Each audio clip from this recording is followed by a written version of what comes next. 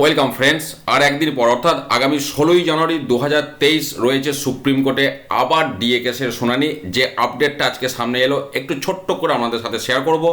দেখুন, সুপ্রিম কোর্টের ওয়েবসাইটে একদম আপডেট এসে গেছে 16ই জানুয়ারি 2023, এবং যেটা উল্লেখযোগ্য বিষয়, আগের যে দুইজন মাননীয় বিচারপতি দ্বয় ছিলেন, দুজন বিচারপতি, জাস্টিস দীনেশ মহেশ্বরী এবং অনারেবল জাস্টিস মিস্টার হৃষিকেশ রয়, অর্থাৎ মিস্টার দীপঙ্কর দত্ত, যিনি গত 14ই ডিসেম্বর ডিএ মামলাটি শোনেননি, কারণটা আপনারা সকলেই জানেন, এবং উনি বলেছিলেন আমার বেঞ্চে যেন এই মামলাটি আর শুনানির জন্য না ওঠে।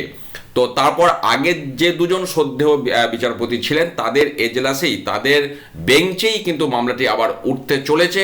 এটা একটা অত্যন্ত গুরুত্বপূর্ণ বিষয়, এবং সেই আপডেটটা সরাসরি সুপ্রিম কোর্টের ওয়েবসাইটে এসে গিয়েছে। পাশাপাশি আরও একটি তথ্য আমি আপনাদের সাথে শেয়ার করব।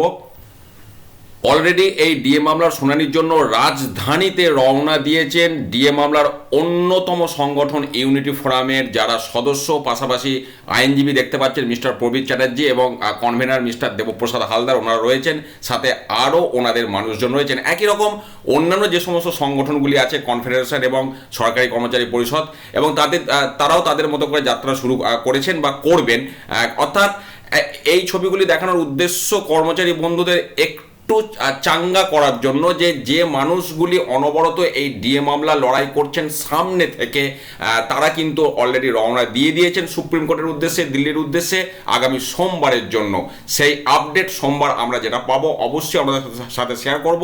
পাশাপাশি এর মাঝখানে আগামীকাল যদি কোনো আপডেট আসে, ওখানে আইনজীবীদের সাথে আলোচনা পরামর্শ সেই সংক্রান্ত আপডেটও আমি আপনাদের সাথে শেয়ার করব। ভালো থাকুন, সুস্থ থাকুন, ধন্যবাদ।